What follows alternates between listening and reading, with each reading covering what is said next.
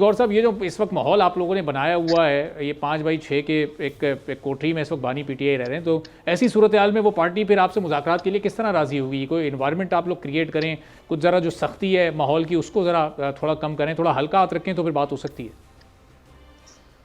बिस्मिल्लाहिर्रहमानिर्रहीम।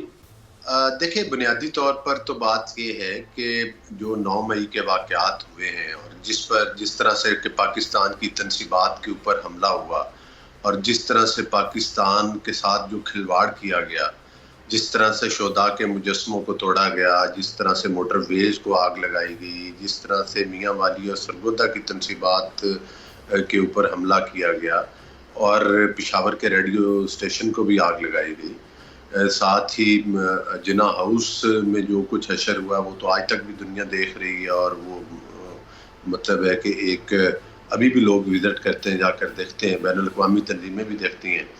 इसमें ये कहना कि जो लोग उसके जो शख्सियत उसकी मास्टरमाइंड है, जो उन लोगों को उकसाने वाले थे, जो उन लोगों के सहूलतकार थे, जो खुद उस चीज़ों में मुलव्वस थे, वो बेगुनाह हैं। असल में इनकी सहूलतकारी का तो अंसर कहीं ना कहीं से जारी व सारी है और यही वजह है कि अभी तक भी किसी केस पे स्टे ऑर्डर आ जाता है, कभी किसी केस की हेयरिंग नहीं होती। हम तो कहते हैं कि जो बेगुनाह लोग हैं वो बेगुनाह हो जाए और जो गुनहगार हैं वो अपने मंतकी अंजाम तक पहुँचे।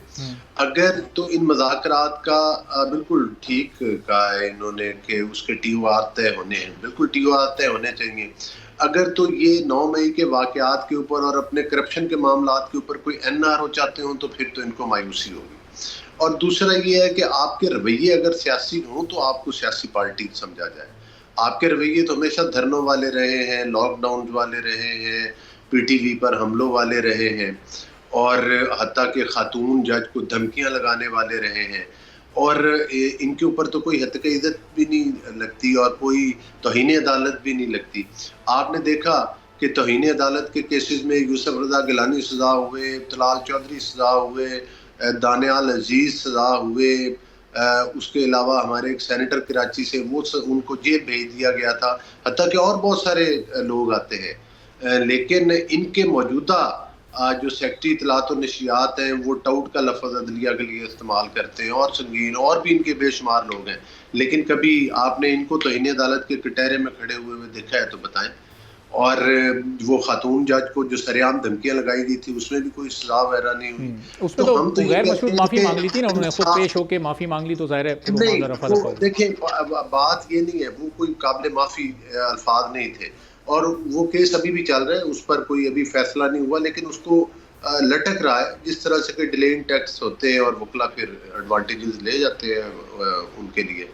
और ख़ास तौर पर जब सुप्रीम कोर्ट में बुलाया गया, गुड टू सी यू कहा गया, जो रिमांड के अंदर एक मुलजिम को छुड़वा कर रेस्ट हाउस पहुंचा दिया गया, रिमांड ख़त्म करवा दिया गया, तो इतनी बड़ी हर्डल्स होंगी तो फिर आप मतलब है कि कैसे तमीज़ करेंगे, कैसे इम्तियाज़ करेंगे उसमें कि कौन जो है दहशतगर्द है और कौन सियासतदान है। हाँ, जहाँ तक डायलॉग की बात है वो राना सनाउल्लाह साहब ने भी कुछ दिन पहले बात की है, आपके इल्म में है, बाकी भी पॉलिटिकल पार्टीज कहते हैं। हमने तो उस वक्त भी इनसे डायलॉग की बात की थी जब ये हमें दीवारों के अंदर चुनवा रहे थे और झूठे मुकदमात बना रहे थे और 90 दिन के रिमांड के ऊपर हुकूमत खानों में रखा जाता था, कोई जज हमें जमानतें नहीं देता था। इनको तो 8-8 मिनट के अंदर 9-9, 10-10, 8-8 जमानतें मिल जाती हैं। सही। तो ये इम्तियाजी रवैये जो है, अब ये डायलॉग किस बुनियाद पर हों? अब ये आप किन चीज़ों पर इनसे डायलॉग करने को तैयार हैं? ज़ाहिर है ये जो गिरफ्तार अफराद हैं इनको तो हुकूमत नहीं छोड़ सकती, वो काम अदालतों का है। जो इनके मैंडेट चोरी का मसला है वो मामला ट्रिब्यूनल्स में। अब उसकी बुनियाद पर ये जुडिशल कमीशन बनाने की बात कर रहे हैं, वो मुतालबा अगर आप मानते हैं या उस पर बात करने को तैयार हैं तभी मुज़ाकरात का सिलसिला आगे बढ़ सकता है ना।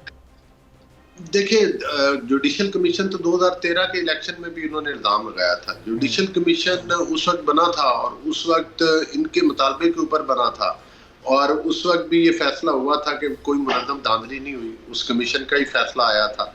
फिर अब अगर ये क्लेम करते हैं तो ज़रा गिरेबान में झांके 2018 के इलेक्शन के ऊपर भी ये शर्मिंदा भी नहीं है और तस्लीम करने के लिए भी तैयार नहीं है कि जिस तरह से इन्होंने RTS सिस्टम के ज़रिए वो किया, अपने सियासी मुखालफिन के ऊपर वो व्हाट्सएप पर JITs बन जाती थी اور آپ کو یاد ہے کس طرح سے مانیٹرنگ جج لگائے گئے تھے، کس طرح سے جھوٹے مقدمات میں سزائیں سنائی گئی تھی، اور اس کے بعد پھر ان کو الیکشن چوری کروایا گیا، حتیٰ کہ ایک الیکشن کی تو چوری پکڑی گئی، اور وہ آپ نے دیکھا تھا سیال کوٹ میں ایک الیکشن ہوا تھا ڈسکا والا سیٹ پر، تو ادھر دھند پڑ گئی تھی اور کیا ہوا تھا.